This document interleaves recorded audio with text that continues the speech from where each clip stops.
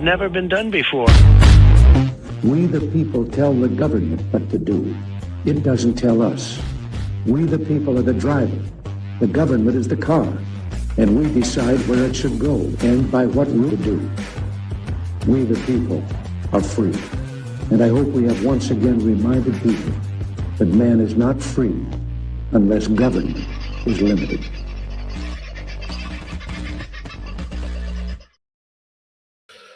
Well, g'day, folks. How are you? G'day, Andrew. First one in the house tonight, mate. Nice to have you in and everybody else around you. The lovely Donna was second in. And then, of course, our new mum.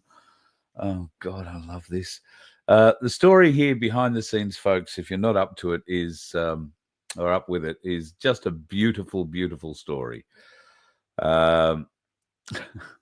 Rachel's message there says it all. Congratulations. It's a boy.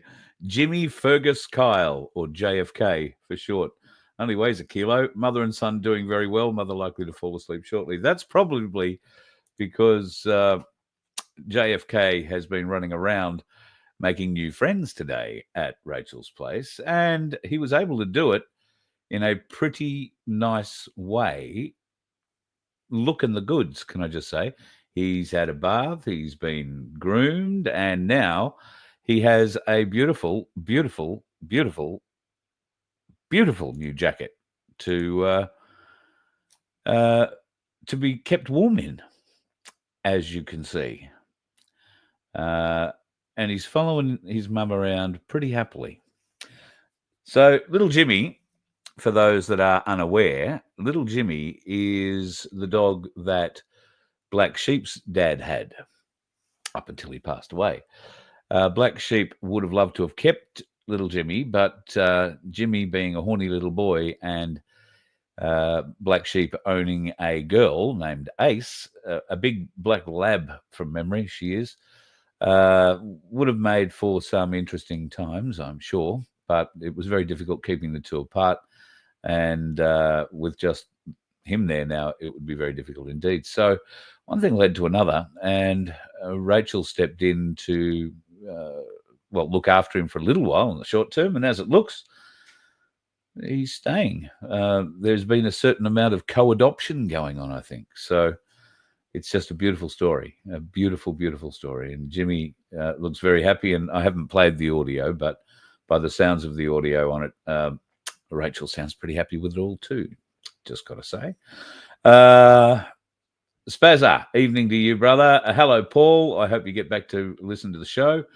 Tony, my good friend, thank you for sending me through the stuff that you've sent today. It's been a bit interesting what's going on in the world down south. The Salty Convict is back in the house. I trust you are doing all right. Ads, you too, mate. And J1, nice to see you kicking around. Sandy, God love you, woman. Now, Sandy, I hope things are going well at the Donkey Sanctuary. We were going to catch up and talk at some stage recently, and it hasn't happened. My apologies. So I trust things are going all well there, and we will have another winner for you, I hope. Draw number 6 is on the way. We have... how many tickets have we sold? I want to say 177 tickets sold so far in draw number 6. That'll get you first prize of $750. Second prize is... I won't do that because that's going to break a pair of glasses. We'll get you one of these. Now, inside it is 10 beautiful Ainsley Byron Bob rounds, and you can see how beautiful and shiny they are. Truly beautiful. And I took this into town the other day. There's a lady in there that I see practically every morning for my morning coffee, and she likes shiny things. So I thought I'd just show that to her. She doesn't really understand Voice of Freedom, doesn't know much or anything about it as far as I'm aware. So I just thought I'd show that to her. So she wants to order one now too. So maybe it pays to take them out and, get them to shine a little bit. But if you would like one, we can help you out with that. Just email me, carl@vofhq.com. I was talking to Vince earlier today. We've had new filament arrive. which I hope will fix the problems of the old filament, which kept breaking or jamming or sticking or getting goopy, or something happened that essentially meant you'd get 3/4 of the way through building one of these things. And it's a 2-part process. You got to build this bit, and then you got to build that bit. And this bit is got to have holes for these bits. So if it stops, the whole thing's buggered. And that's essentially what happened. So we've upgraded the filament. Fingers crossed that'll be good, but it still does take 5 to 6 hours, I think he said, to make one of those. And so far we've got orders for,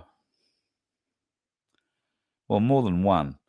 Not a huge amount of orders, I'll say, but it's been really lovely. The people who have signed up to buy. And for those of you who are going into Ainsley Bullion and asking if they can sell you one of these beautiful Voice of Freedom Byron Bob packs, they can't, unfortunately. I will be showing the team when I go in and see them. I was hoping to do that one day this week, but I don't think that's going to happen. It might be one day next week. And I was hoping to go in and show them.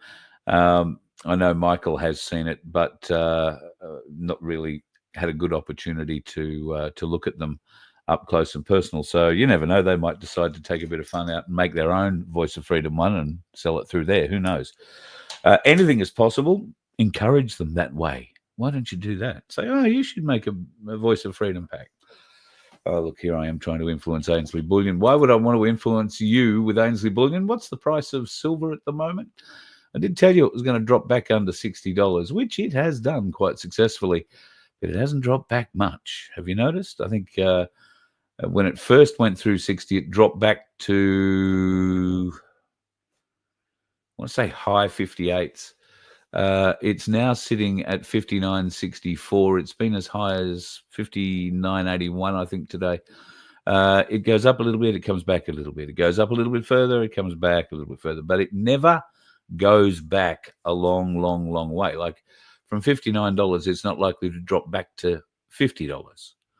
Let's be honest. So if it is going to drop back, it might go into the 58s. Whereas a week ago, we were saying, oh, well, it might go back to the 56s. It's on the way up, folks. If you haven't got on the train yet, please do.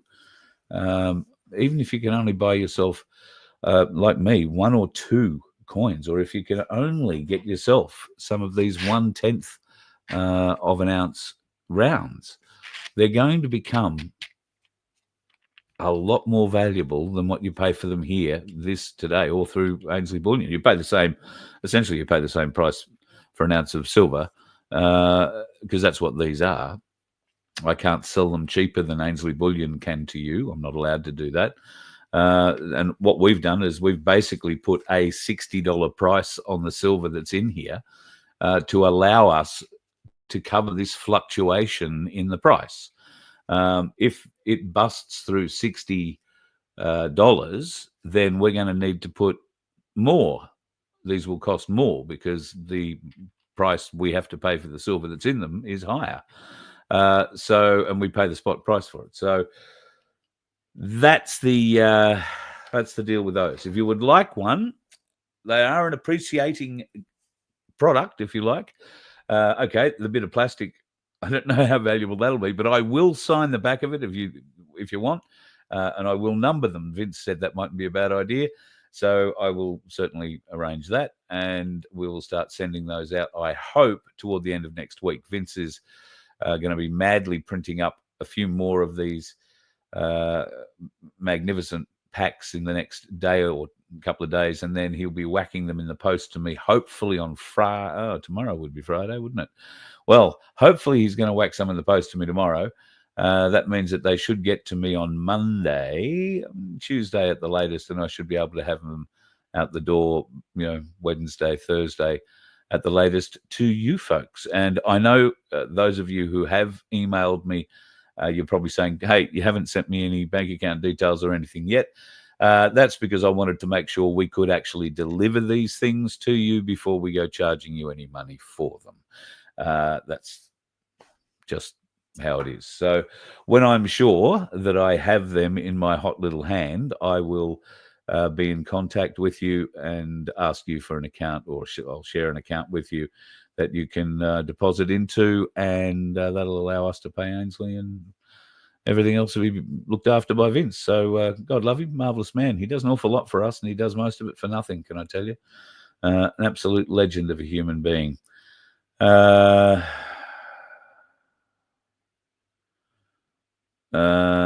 Just having a bit of a glance down at some of these comments here. G'day, Kathy.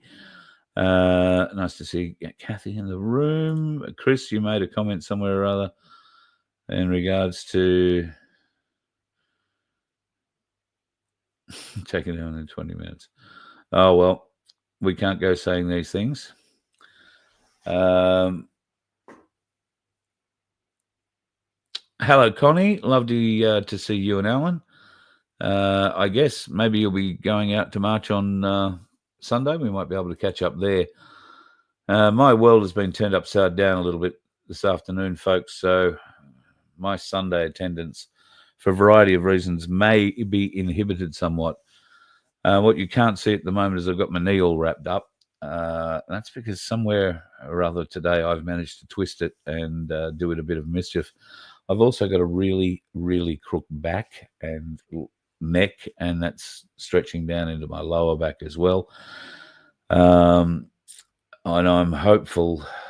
I don't really go to doctors. This is the problem. Because I don't trust them. And chiropractors and all that sort of stuff, they play with your neck, and you come home with a lisp if you don't drive off the road and hit a tree because you've got something broken. I know that happens, and it's rare that it happens, but it can happen. However, I do need this sort of instant relief. I've just been speaking to a masseuse, a really good Thai masseuse, a lovely fella named Raymond, who's very close to me here, and I was going to try and slip into his place and let him try and rip his magic on my shoulder tomorrow. So I don't know. We'll see how it goes. But I would hope that Sunday will be all good. And we're going to talk about the Sunday March very shortly. Gavin, what's this one? We could go to Mount Cootha on Sunday, but no, we're diverted yet again to yell at trees in the park.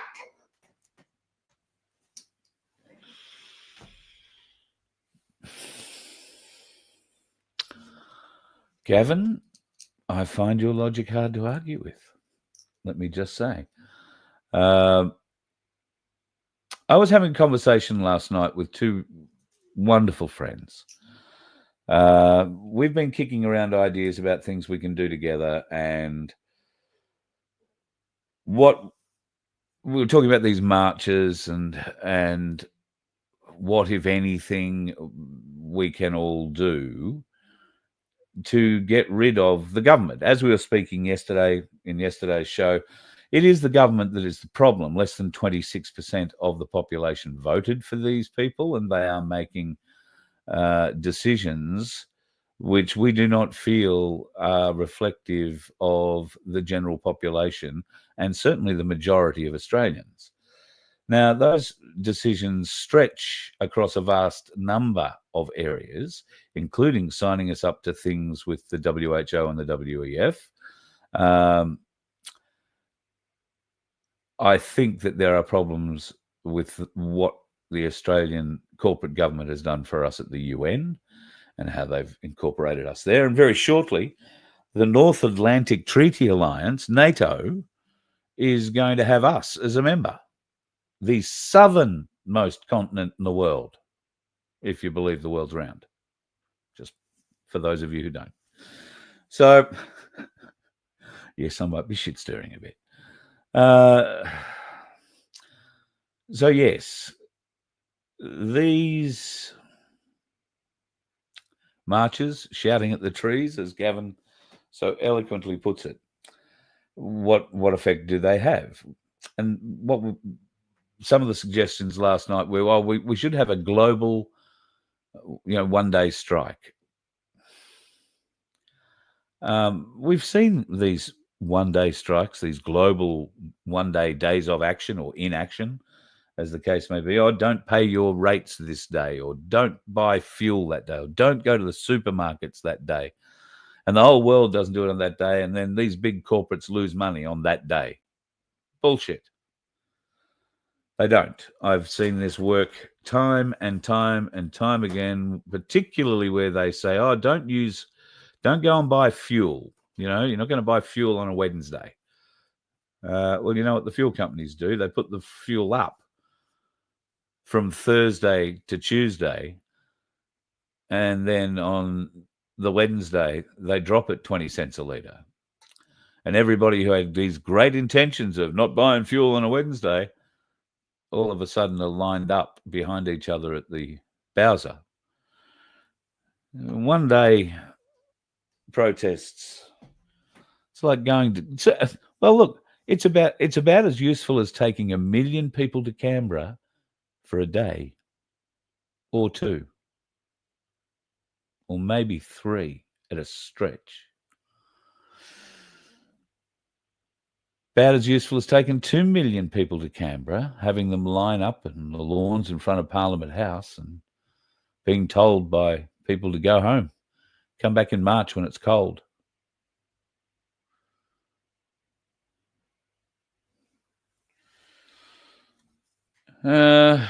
So I think there is some very interesting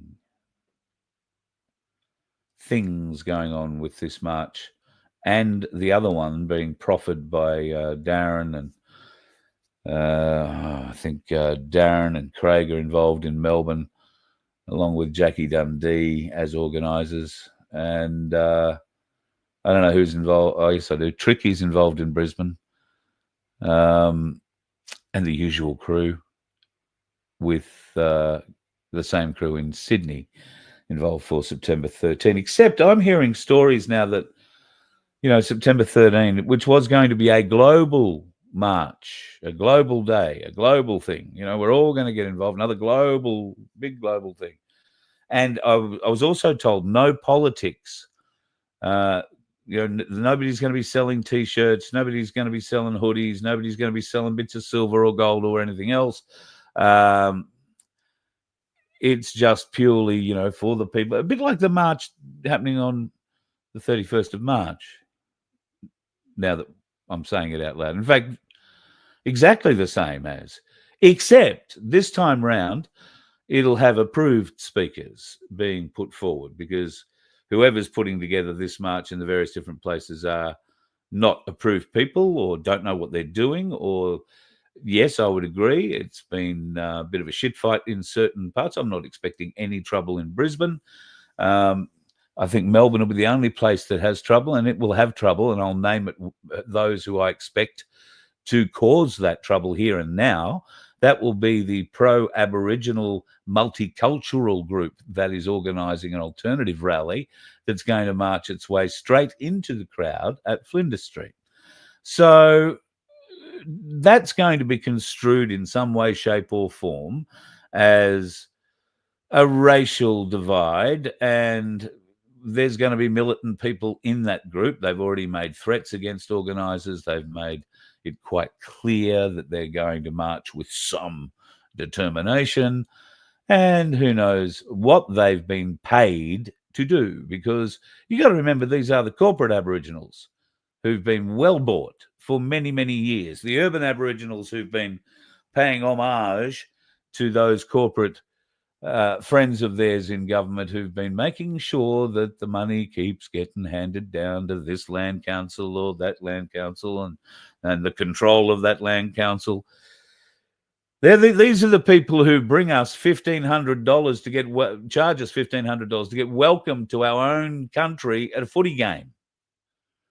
Now, it's a varying scale, I'll admit. Some people may charge nothing, but they're few and far between. Some people might charge $100, but there'll be 10 or 15 dancers. They'll all want $100 too.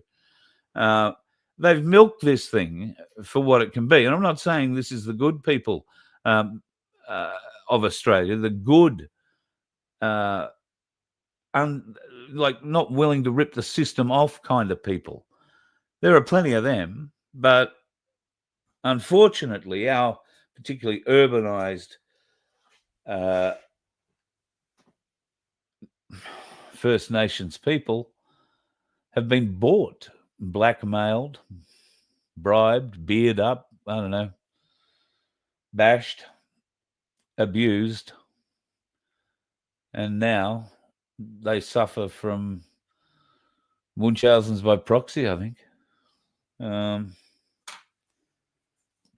no, what's the other one? The where you fall in love with your abductor. Forgotten it. Anyway, absolutely shocking. So now I'm hearing that this all-encompassing, freedom-loving, September 13, not going to have politics involved rally is now being postponed. Now, I don't know if this is true. I'm not completely sure if it's been released yet or if it's out there somewhere. It might have been out there since this morning. I don't know. But for all the hoo-ha and all the bullshit and all of the calamity that's been caused by people who were wanting to be involved in this March 31 march and were told politely, impolitely, I don't know, I never was part of any of those conversations, but we're told, no, thanks, we're not doing speeches like that. No, thanks, we don't need your organizational skills. We're going to do something different. And when they were told that, they went away and got their nose out of joint and immediately started attacking this as being run by amateurs. It's going to be dangerous. It's going to be infiltrated. It's going to be this. They are the largest screamers of the lot. And Tricky up here in Brisbane in particular was very, very vocal about having the right speakers, the right kind of stage presence, the right kind of people on the stage, the right kind of people who'll deliver the right kind of message. Just as long as you grease my hand with silver or whatever else. So it turns out, if this is true, that this wonderful worldwide, been planned for months movement to have a march on September 13th isn't going to go ahead, I wonder if you can guess what sort of well, what would stop that? I mean,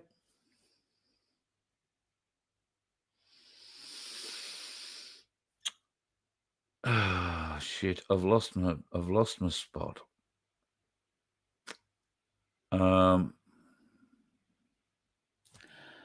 God, I saw a comment and it's taken me off my bloody spot and I forgot where I was at. What was I saying? Somebody quickly prompt me. I'll scroll back down to the bottom of the comments. Somebody accused of run by Nazis, Palestine protest, also ridiculous. I was talking about the protest. Oh, yeah, right. So, all right, the protest. The 13th not being run. Okay, no politicians involved. What would be the reasons, do you think? What would be the reasons that these groups would say, oh, no, we can't do it now on the 13th of September? Could it be because there's a by-election? The Kiama state by-election to elect a member of the Legislative Assembly in New South Wales. Could it be because there's one in Queensland too, although this one is a full postal by-election and it's for Somerset Regional Council, but they are the only by-elections happening in Australia on the 13th of September. Kiama, I haven't had a look into it yet, but Kiama might be pretty interesting when it comes to the balance of power, if in fact that is a thing in the New South Wales Parliament. I don't know. But isn't it interesting that the Kiama state by-election out of New South Wales is enough to stop not just a national protest on the 13th of September, but a global one, apparently. One that's been planned forever. Am I the only one that thinks that's a bit weird? I mean, I'm prepared to be told, oh, Carl, you're a dickhead. You're overthinking this. So Deb says the 13th in London is a big protest. Well, God, they're protesting every day in the UK at the moment. Liverpool, Manchester, some of these places are turning into quite violent protests as well because they're literally being overrun. People are being thrown in jail in the UK for making a post on Facebook. I think over 30 people have been thrown in jail so far. How would you be having the local coppers turn up on your door? Oh, you said something on Facebook, we'll take you to jail, son. My God. Freedom of speech, folks. Freedom of speech. What? Pretty soon you won't be able to say anything like that. And there'll be so many things they will go back in retrospect and, God, I'll be in trouble. And they'll hang you out to dry for. They may even lock you up for that.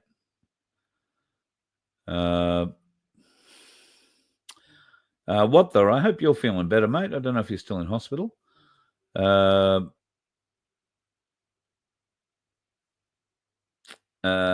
Tommy Robinson is hosting an event over there at the moment.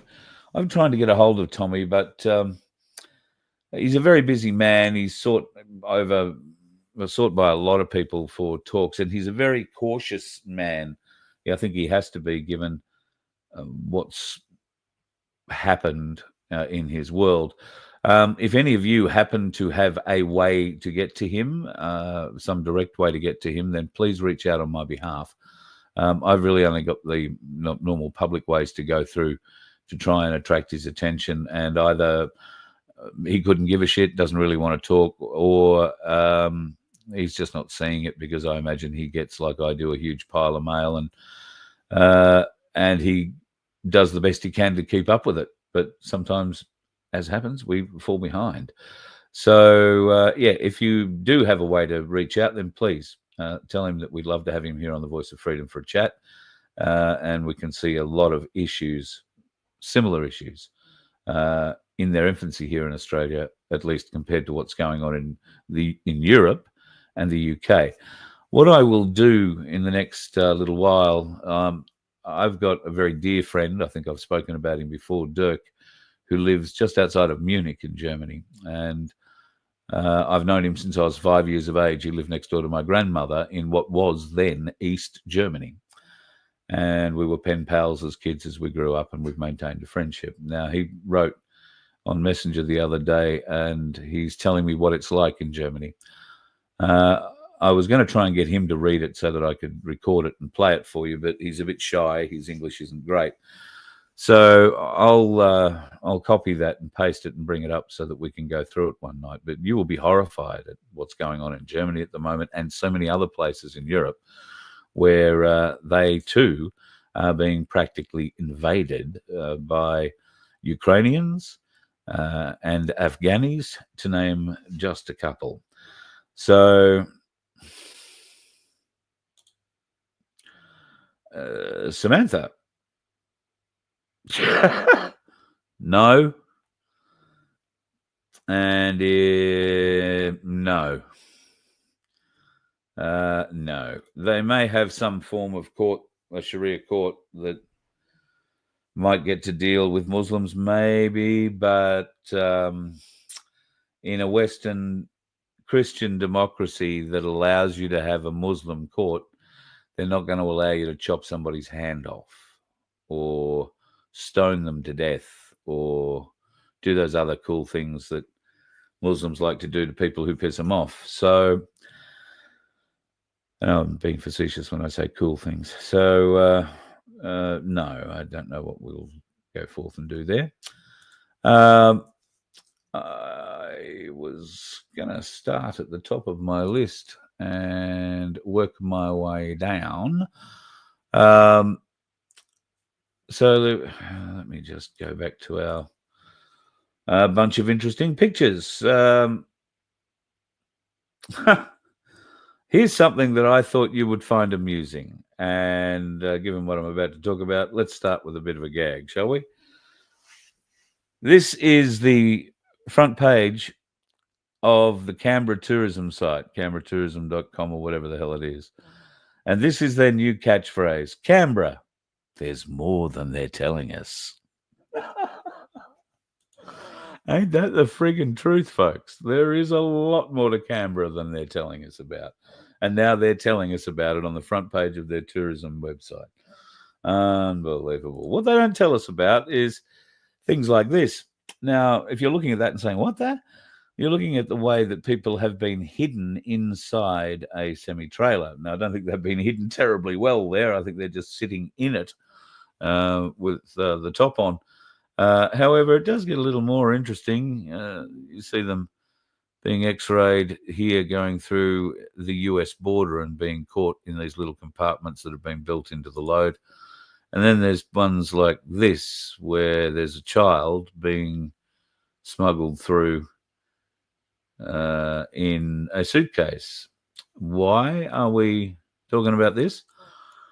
Because we have lost sight of the fact that human trafficking is the biggest business in the world, and every nation is part of it. Australia has been part of it for a long time, and we all want to believe that this is being rooted out by a bunch of cue card holding white hats rampantly raping their way and pillaging their way through God knows what sort of horrors and tunnels underneath the earth, hopefully setting off some of those explosions that trigger earthquakes 10 kilometers underground. Now, I don't think they should be raping and pillaging their way through. Sorry, getting a bit excited in my verbosity.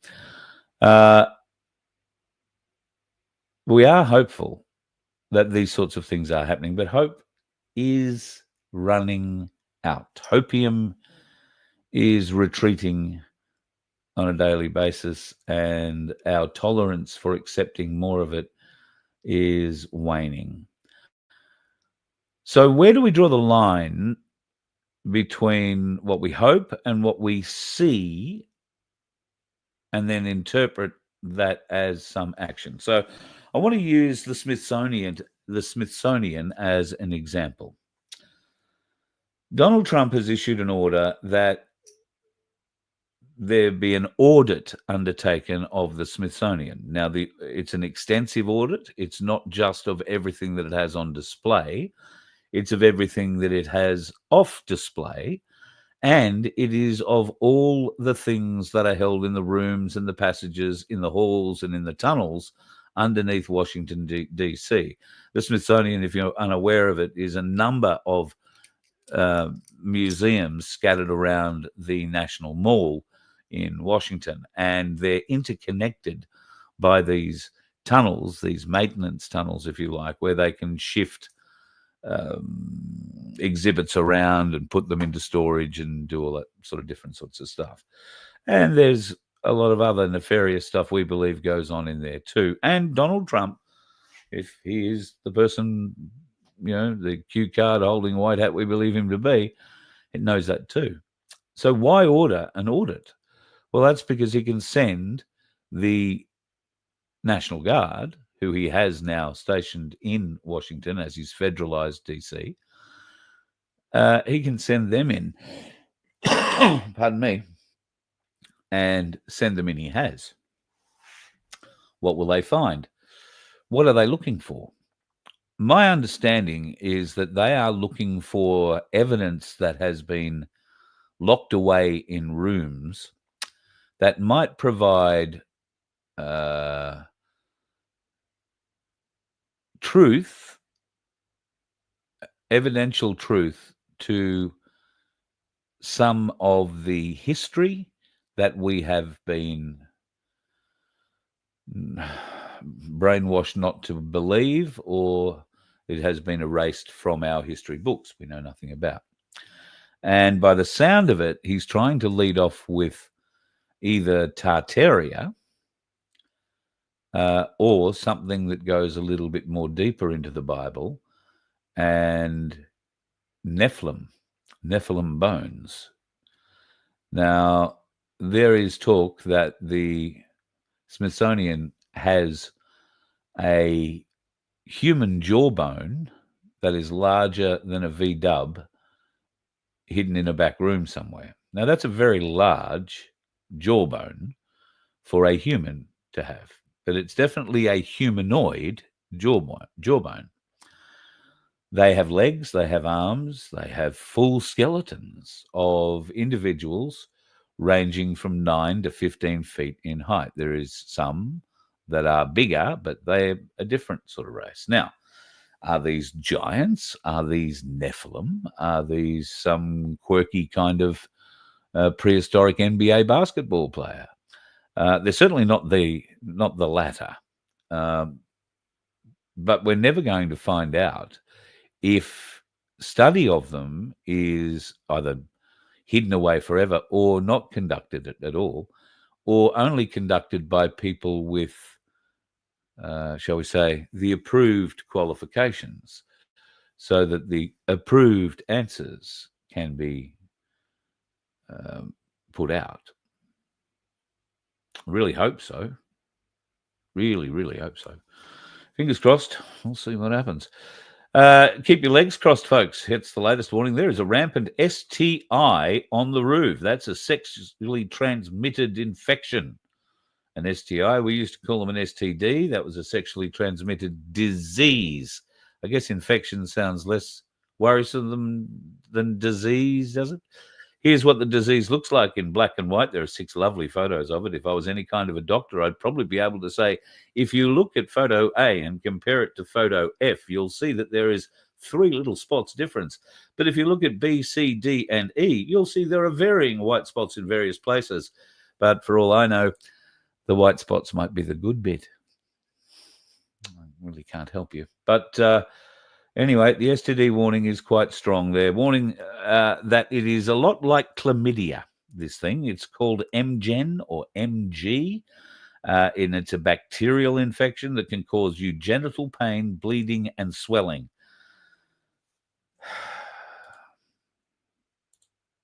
Yes, I'm resisting the swelling joke. If you leave it untreated, it can cause infertility and miscarriages. It's a very nasty little thing if you should be able to get that. Why would you get that? How would you get that? Why are there increasing incidences of this? Well, I don't know. Jibbity jab me, I do not know. It's just curiouser and curiouser. Here's some encouraging news. I may have mentioned this already, but in passing, but it's a for real story. The Noticer had this out, must be a week or 2 ago now. Homeschooling is on the rise in Australia. Parents reject woke bullshit.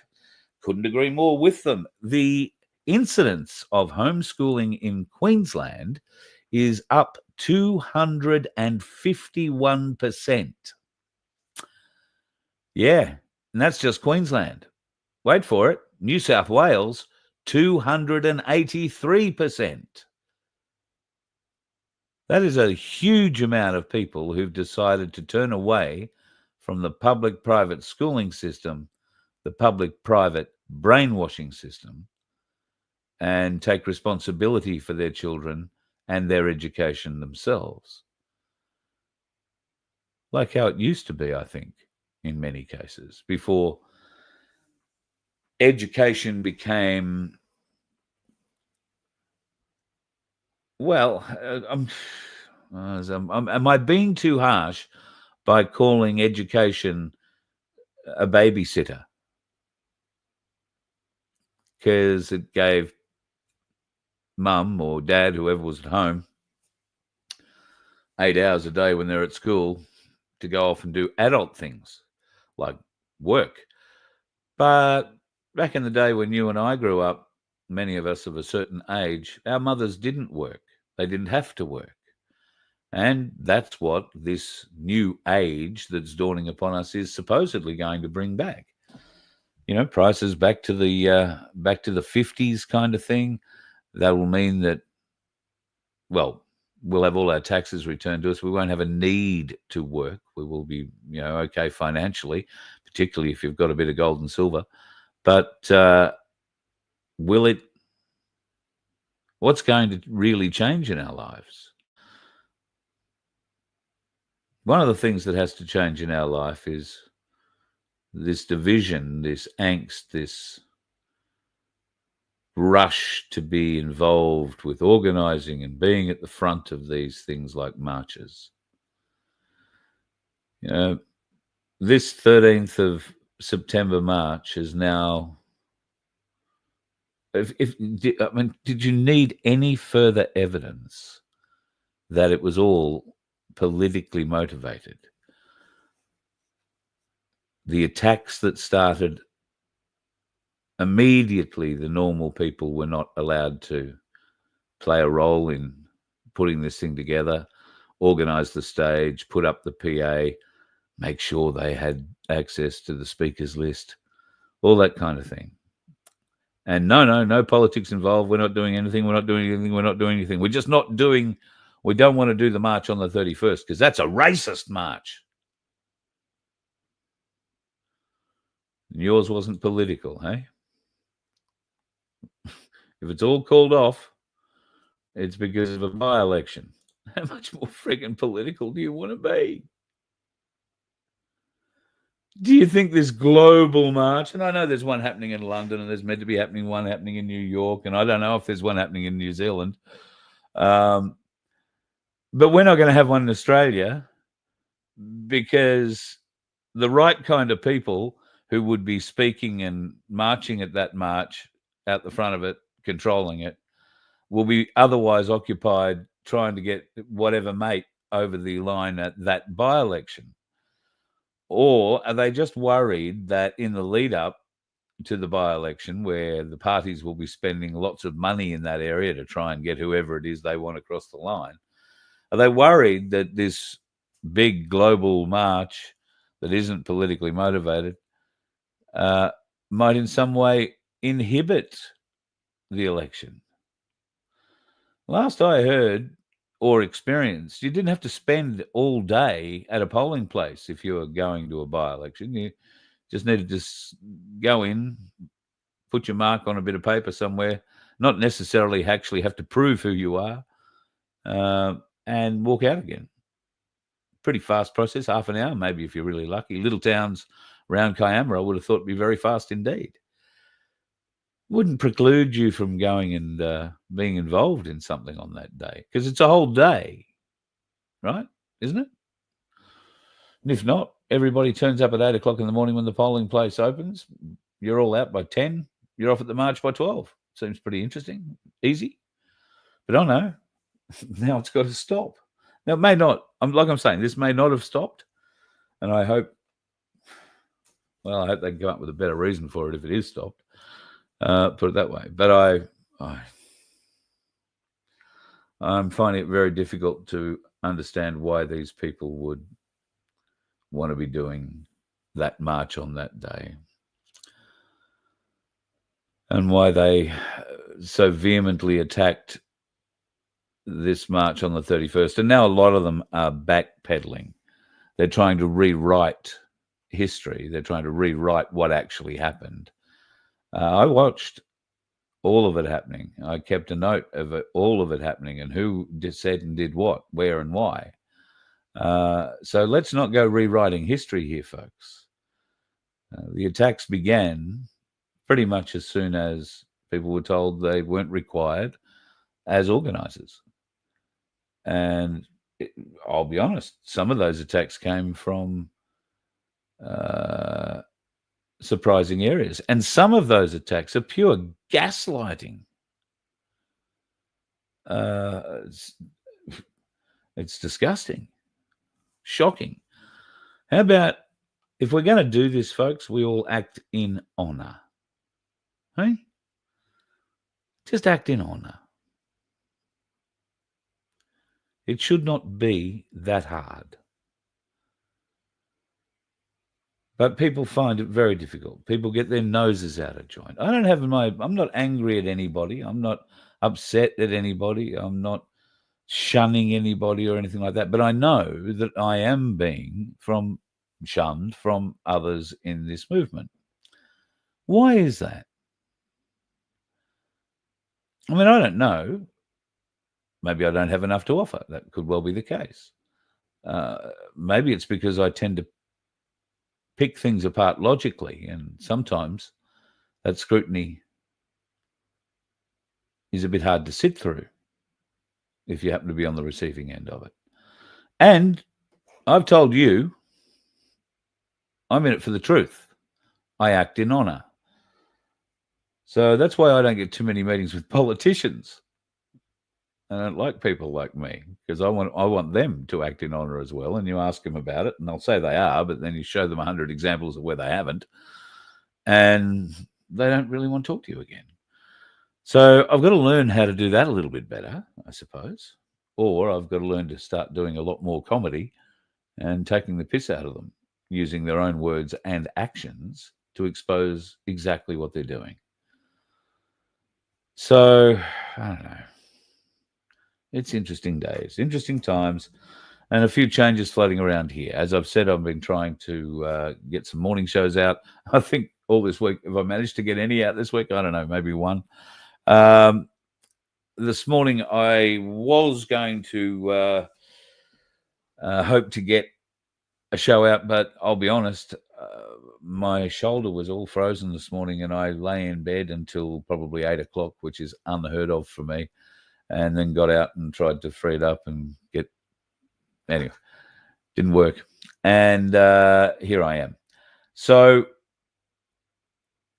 hopefully tomorrow morning, I will be able to get a chat with Michael Offey from Canberra. Paul Offey, I did speak with Michael late last night after the show, just on the phone. He was at the airport picking up some witnesses, and the court case yesterday, from all accounts, went very, very well. There were a couple of minor little hiccups, but Paul is starting to hit his straps, from what I hear, with how he deals with the court, how information is being passed between his Mackenzie's friend and himself, particularly in cross-examination. We've all seen cross-examination dramatized in TV shows, movie shows, that kind of thing. Basically, it is cross-examination. So if the person sitting in the witness stand says something that should trigger a different line of questioning, or you catch them on a hook there somewhere, Paul, because of the nature of his brain injuries, may see that, but it will take some little while for him to compute that and try and formulate a question that he should be asking. It's all very difficult. He wouldn't be able to do that in any short period of time. However, his Mackenzie's friend can, and they now figured out a communication system where Paul is able to go back and review these things pretty quickly. Old mate was typing in shorthand, I think, initially, and Paul was having a few struggles understanding that, but now he's starting to get the flow of it. By all accounts, he's conducted himself very well. And yesterday's proceedings involved testimony from 2 police officers, one of whom is the female who conducted the operation to break into the truck up on the steps of Parliament House, or up on the forecourt there. And the other is a fellow named Borman, who has starred in many of the court actions that have taken place around the Freedom Rally in Canberra, and many of the Canberra Standers actions that have been taken against them. And interestingly, he figured quite largely in the Brittnay Higgins investigation, her rape investigation in Canberra, where she was yesterday found, liable to pay Linda Reynolds, the former minister whose desk or couch she said she was raped on. She's got to pay her $341,000 plus her legal fees, which will go into the millions. Now, Brittnay got paid $2.9 million by the government very quickly by way of compensation after these claims were made. She then very quickly went off and spent that money, and I believe she said she only had, by the time everything was paid for, taxes and all that, she got 1.9 million. And she and her new husband, David Schwartz, who's also been found guilty of defamation and also liable to pay that $341,000 plus all the legal fees to Linda Reynolds. They shot off to France, bought a house, and were going to live happily ever after. She even got pregnant, I believe. And she may have had the baby not all that long ago. Anyway, they've had to sell the house. They've had to come back to Australia. They've had to maybe look for work. Who knows? But they've lost, and Linda Reynolds has won. Now, what this does for her other cases, and what this might do for old mate who went down for supposedly raping her, bear in mind he was not found guilty of that charge in a criminal case. He was found guilty of it in a civil case where the burden of proof is nowhere near as stringent as it is in a criminal case. And I'm thinking that he's probably appealing that as well. Of course, he is also fighting at least one, that possibly is two other rape charges, I think, in the Toowoomba Supreme Court at the moment, and that's with two other women. So he might want to be aware of that that rather savage bit of news we were talking about earlier, that STI that's getting around there. And it's not a good thing when... Oh, I was going to do an old joke there. It's not a good thing about your thing if you put... No, we're not going to go there. Hey, listen, there's a few interesting things I'll go through quickly here. I don't have any pictures for, so I'm going to read them off for you. Do you know what... Do you know what economic complexity is? I've got to admit, I didn't really understand what economic complexity truly meant until I got an article sent to me yesterday as part of the Ainsley Bullion newsletter. And I read that, and I discovered that in the world, Australia, when it comes to economic complexity, ranks under Kuwait, Uganda, Pakistan, Laos, and Kenya. All right. We've fallen 40 places in the world ladder of economic complexity since 1995. 40 places. So what does that actually mean? Well, if an iron bar costs $5, Australia has the ore to make that iron bar, and that costs $5. What do we do with it? Well, we sell it off. So let's say somebody buys an iron bar and makes horseshoes out of it. All of a sudden, it's worth $12. Somebody else buys an iron bar and turns it into needles, hypodermic syringes, or no, better still, just sewing needles. $3,500 worth of them. Somebody else goes and makes tiny little balance springs for watchmakers. And all of a sudden, that one bar of iron that cost us $5 and we get $5 for is worth $300,000. So economic complexity for mine equals having a manufacturing base. To be a country that is safe, it needs an economic base. A complex economic base, meaning we should be involving ourselves in more of the production process than just the part of digging it out of the ground and putting it on a boat and sending it to China.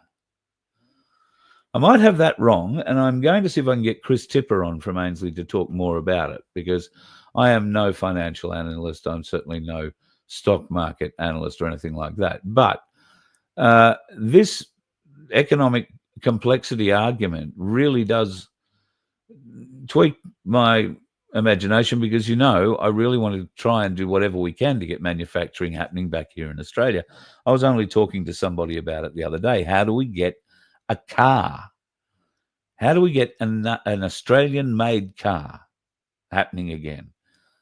And something that can be made cheaply, affordably bought by any Australian, right? Any Australian, affordably bought. And how do we put that on a production line? Where are the old production lines? What's left of the production lines? And what could we do with automated production lines these days? How much does that cost? Do we have people willing to get behind? God knows we had some very wealthy people very happy to get behind places of spectacular Australian relevance, including Gubby Gubby, the station. Is it Gubby Gubby? That's people I know, but what's the big cotton station? That one. Up north, they went and got a whole pile of Australians together to buy that rather than the Chinese. And they were very rich Australians. And look, I think they only put in, it was hundreds of millions of dollars. It wasn't billions of dollars, put it that way. But that was to make sure that the cotton stayed with us. And even now, I don't think that it really has. The Chinese have bought everything around it. But that's just one example. How do we entice that sort of money to be invested back into a manufacturing plant? Where are our car designers?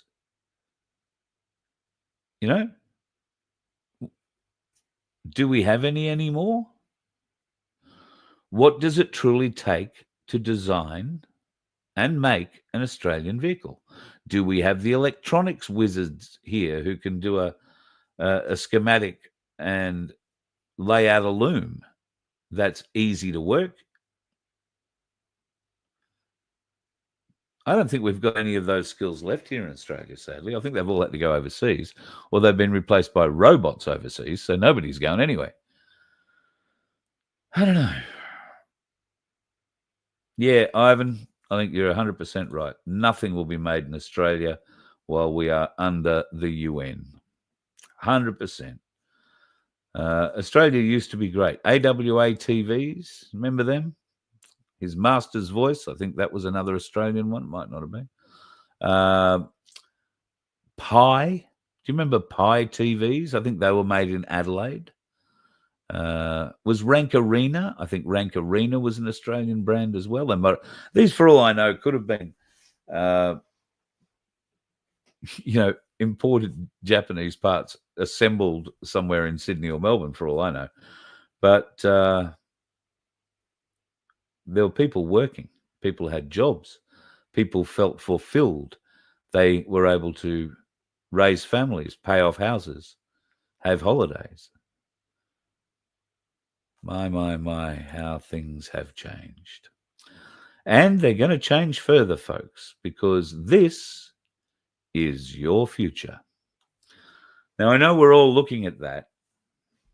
And how many of you, now, hang on. I want you to be honest. How many blokes look at that and say, I want that?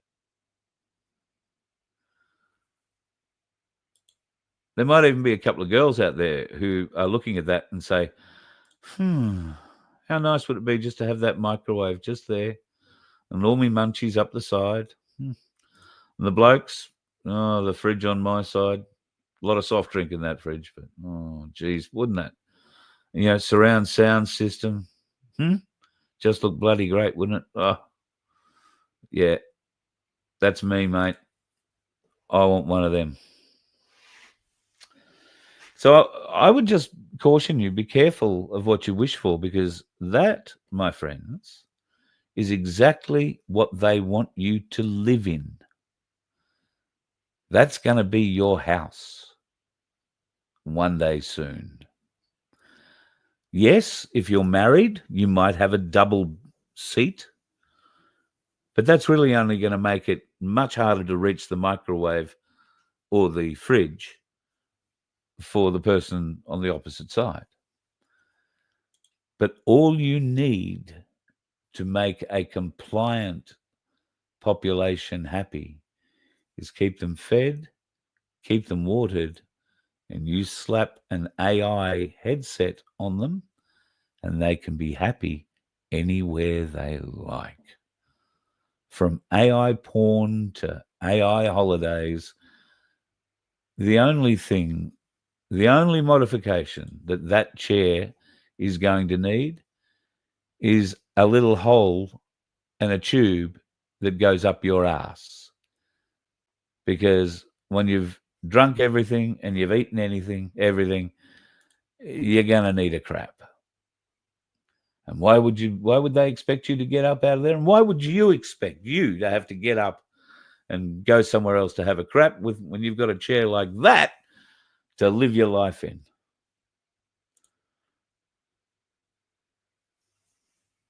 I shit you not. That'll be the way it goes, folks.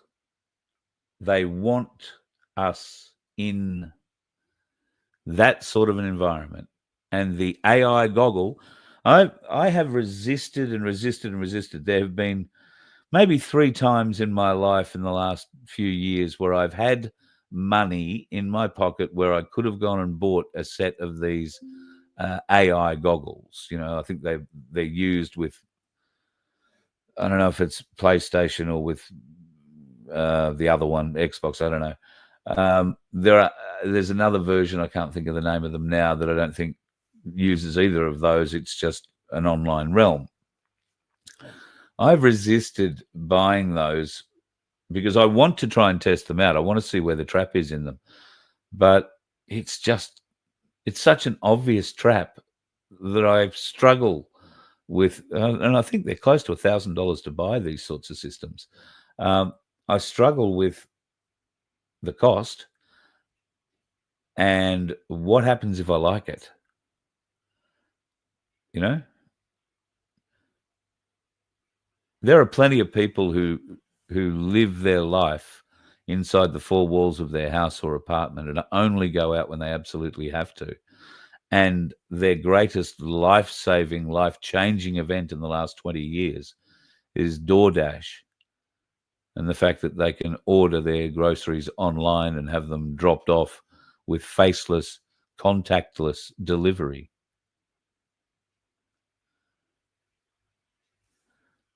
Bear in mind, we've been conditioned, folks, and we've been conditioned to really put our hands up and say, "Whoa, I want a chair like that." Let's be careful, because you will get a chair like that. You'll just never, ever get out of it again. Now put the little goggles on you, and you'll be a very, very, very happy chappy. At least, look, there'll be one upside to all of that. You'll be able to avoid the dickheads on the road. Love you all. Stay good. See if we see you in the morning or not. I'll play the other one, shall I? You let one ant stand up to us, then they all might stand up. Those puny little ants outnumber us 100 to 1. And if they ever figure that out, there goes our way of life. It's not about food. It's about keeping those ants in line. That's why we're going back. Does anybody else want to stay? Let's rock!